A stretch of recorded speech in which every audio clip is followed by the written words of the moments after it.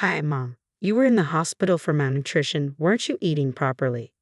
I've been sending you money. Yeah, thank you for that. But 60 cents. You know the fee costs more than that, so don't worry about it. 60 cents? What do you mean? I'm broke and I've been living a frugal life, cutting down on food and utility expenses. Eventually, I collapsed from malnutrition. My eldest son, Raymond, has been sending me 60 cents every month. I told him it's not the amount but the thought that counts. I thought I'd been sending you 100 a month. Soon, shocking truths were revealed one after another from Raymond. I am caroling. I am turning 80 this year. I lost my husband 5 years ago, and now I live alone in an old apartment. Since getting married, I have been a full-time housewife, relying on my own pension and my husband's survivor's pension as my only income. Life is not easy, and I have been cutting corners day by day. Of course, I save on food expenses as well as utilities and water bills, and I barely get by living in a cheap apartment. Today, it has been lightly snowing since morning, but I don't turn on the heater to save electricity. I wear a down jacket and layer warm pants in the house to stave off the cold. My fingers are chapped and bleeding from doing chores with cold water. I have frostbite on my left hand, which is swollen and red-black as I rub my stiff fingertips while cleaning up after lunch. My daughter-in-law, Samantha, comes to visit. Hello, mother-in-law. I brought this week's medicine. It's the usual $80. Samantha brings me medicine every week. Raymond also cares for me, but he's busy as a pharmacist at a large hospital, so Samantha looks after me. A few years ago, Samantha accompanied me to the hospital for checkups, but recently she only delivers the medicine. It's cheaper this way, she says. Honestly, the medicine is a big expense for me, who is broke. However, I am told that stopping the medication will cause discomfort, so I have it delivered every week. Samantha used to be a pharmacist at a hospital like Raymond. However, she quit her job after getting married and now works part-time at a local drugstore. I'm always grateful for your help, Samantha. By the way, do you know anything about the box of rice crackers I had stored in the drawer? The one with the kids' scribbles on the lid. It's been missing since last week. I point to the dresser in the back. Last week, I had Samantha tidy up around the dresser, but the box has been missing ever since. Inside the box, I kept my hard-earned savings, a box of rice crackers. I don't know anything about that. Maybe you put it somewhere and forgot about it. Can you not blame me? Samantha, perhaps hurt by the suspicion, took the money for the medicine and left with an unpleasant look on her face. I can't argue with that. After putting away the medicine, I grabbed my cane and went toward the post office. Today is the end of the month. Since my husband passed away 5 years ago, I have had no other income than my pension. My son Raymond, concerned for me, has been sending me money every month.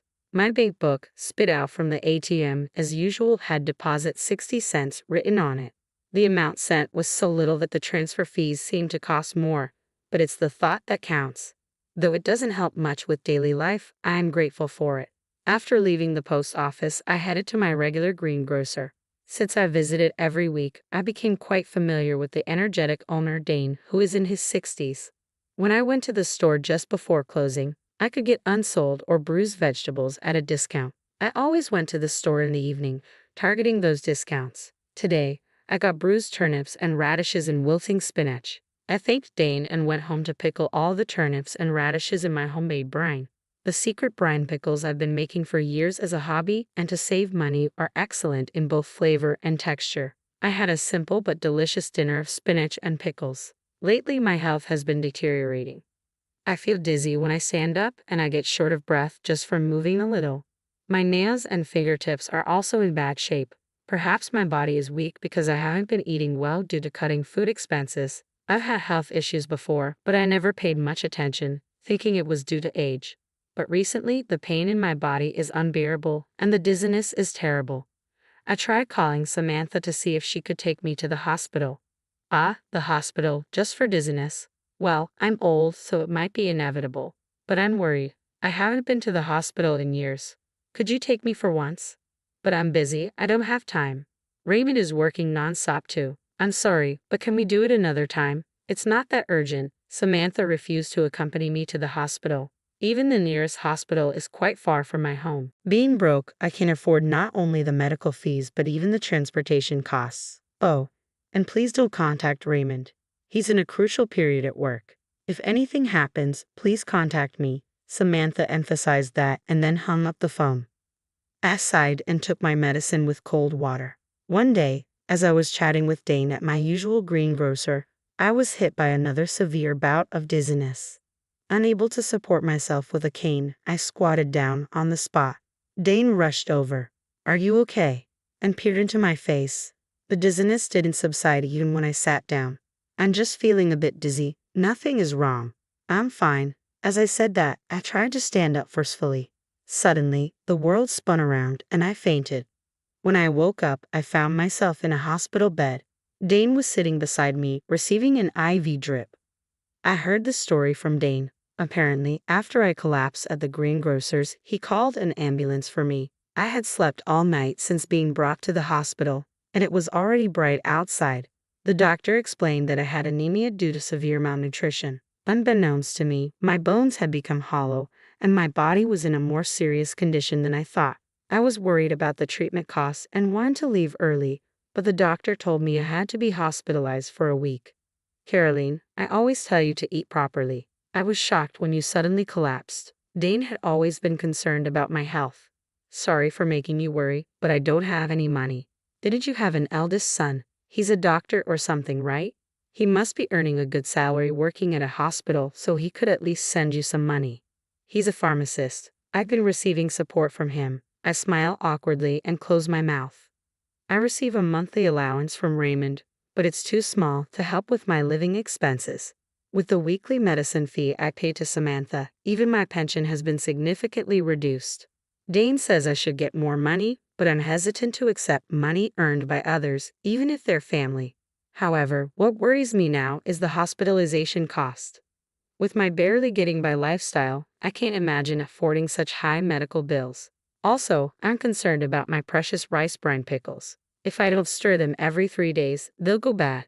After thanking Dane for returning to the store, I searched for my cell phone to contact Samantha. Looking at the screen, I saw that the battery had died. I don't remember Samantha's number, but I memorized Raymond's because it's similar to my home number. Samantha told me not to contact Raymond, but with things like this, I can't avoid it. I borrowed the hospital phone to call Raymond. "Hello?" "Oh, thank goodness. It's been a while since we connected, Raymond. It's your mother. Sorry to call you during work." Samantha had forbidden it, but I called Raymond from time to time. I just wanted to hear his cheerful voice, but for some reason, he never answered my calls. Was he too busy with work to answer the phone? Anyway, I was relieved that the phone connected during this crucial time. I thought, who could this be? "It's been a while since you called, Mom. Where are you calling from?" I was reluctant to worry my eldest son, but I admitted I was in the hospital. I briefly explained to the surprised Raymond how I had collapsed and been hospitalized. "What?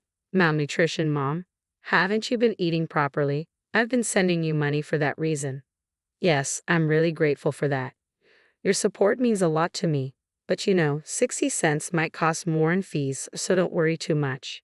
"60 cents fees? What do you mean?" With a puzzled tone, I told Raymond how I received 60 cents from him every month and that I appreciated the gesture more than the amount.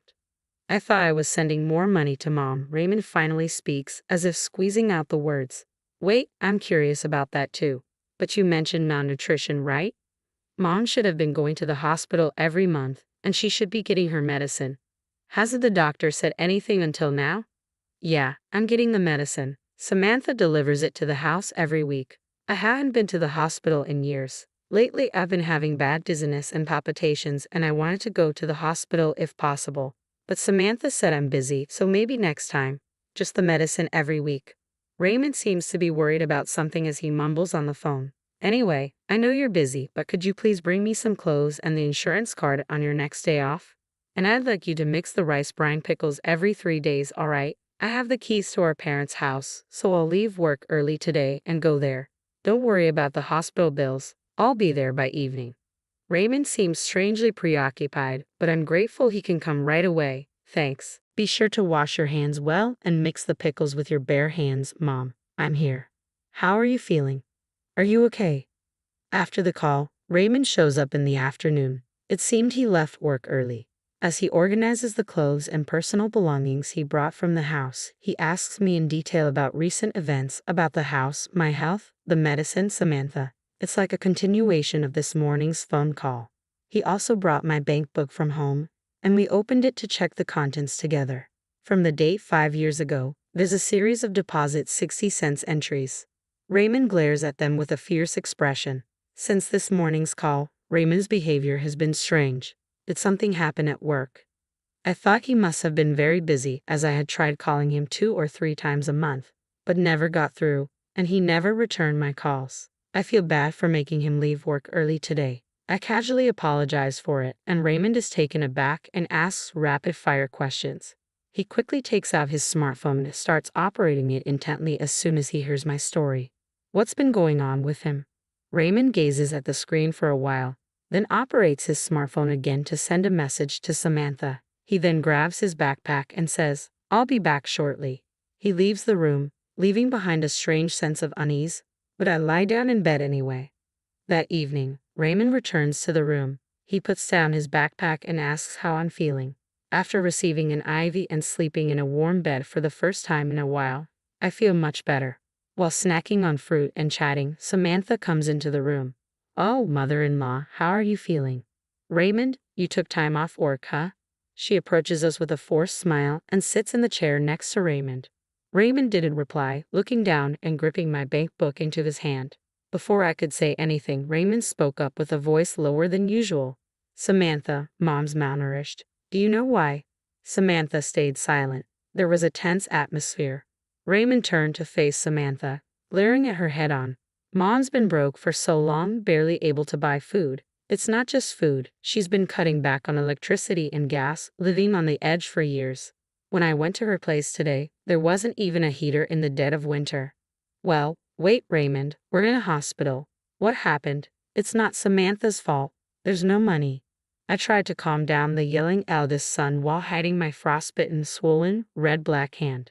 Ignoring me, Raymond continued with an angry tone. "I asked you to send $1,100 to Mom every month, right? But she's only received 60 cents for the last 5 years, Samantha. What's going on?" Saying that, Raymond first my bank book at Samantha.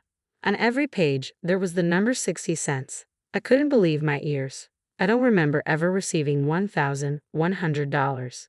The money from Raymond was always 60 cents. Samantha, cornered by the furious Raymond, looked away from the bank book and fell silent. "That's not all. I give you $150 every week for Mom's medical expenses and medication, right? You said you were using the leftover money to buy her necessities and groceries, but they were only withered vegetables in her room. The fridge was empty." "Be quiet. I gave her the medicine." "What kind of medicine? Without a doctor's prescription, you decided to prescribe it yourself." "All that was in Mom's house were basic vitamins. You bought some random vitamins at the drugstore where you work, put them in a medicine-like bag, and handed them over, didn't you? What were you thinking?" Raymond's tone was stern. "I had no choice. I needed the money," Samantha yelled back to the furious Raymond. Even though this was a private room, we were still in a hospital. As I was shocked by the contents of the eldest son and his wife's conversation, I felt anxious. "You needed money, so you stole Mom's precious savings from her dresser too." With that, Raymond pulled a crushed box out of his backpack. On the lid was a drawing of my husband and me, drawn by Raymond when he was a child. It was the box of rice crackers I had been searching for the last week. I, too, was so shocked that I gasped. "What? No way." I didn't want to believe it either, but I found it while searching through our trash after you said it disappeared a week ago. "He really did it, didn't you?" Faced with undeniable proof, Samantha turned pale and lost her words. "So what did you do with the $250,000 that was in this box, huh? And the $1,100 you were supposed to send to Mom every month? The hospital fees and the medicine fees, where did it all go?" Raymond demanded. "Stop nagging, there's no money left." Samantha, who had been trembling as she stared at the box, eventually stood up, knocking over her chair, and yelled back defiantly, "It's all your fault anyway. You always ignored me and focused on your mother. Ben is way better than your husband." "Huh. Ben? He's the coolest host at the club around here. I've been supporting him, and soon he'll be #1. He said he's saving all the money I've given him for our life together." Samantha excitedly continued talking. Both Raymond and I stared at her blankly. I didn't quite understand, but it seemed she had fallen for a man and was providing him with money. Apparently, she needed a lot of money for that.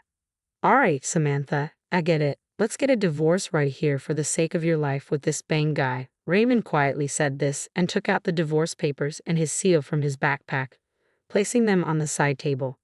I never want to see your face again. Sign the divorce papers here, pack your things tonight, and leave the house. I'll stay at the hospital tonight. Raymond's voice was firm, leaving no room for negotiation. What? Don't be so selfish. You can't just suddenly. Samantha, do you even realize what you've done? Faking medicine, stealing money. If you don't want a divorce, we can go straight to the police instead. Samantha, who had been so confident, flinched under Raymond's intimidating gaze and eventually started making tearful excuses. I had no choice. My part-time job wasn't enough. I took a little from the money you sent and the medicine fees, but I know it was wrong. Besides, neither you nor your mother noticed for years, right? You both share some responsibility. Enough. I don't know when you did it, but you went through my phone and blocked Mom's number. You even told her not to contact me, didn't you? You deliberately kept us apart and exploited her without getting caught. Raymond's anger was palpable as he slammed the divorce papers on a table with his fist. Samantha flinched. Anyway, Samantha, this is goodbye. I'll make sure you pay back every penny you've taken from us. Remember that. If you don't, we're going to the police. Raymond's voice was resolute.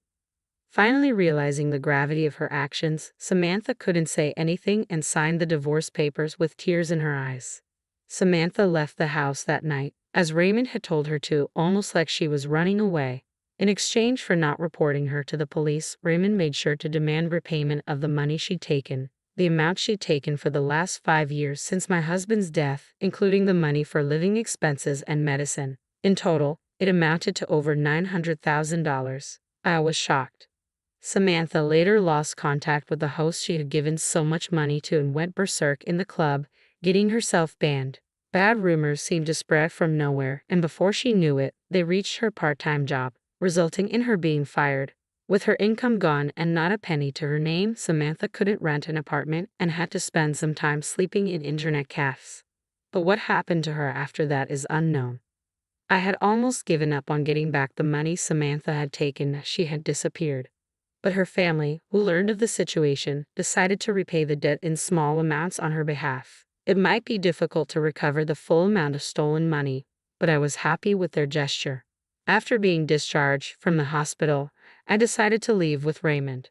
We're living peacefully together in the house Samantha left, just the two of us.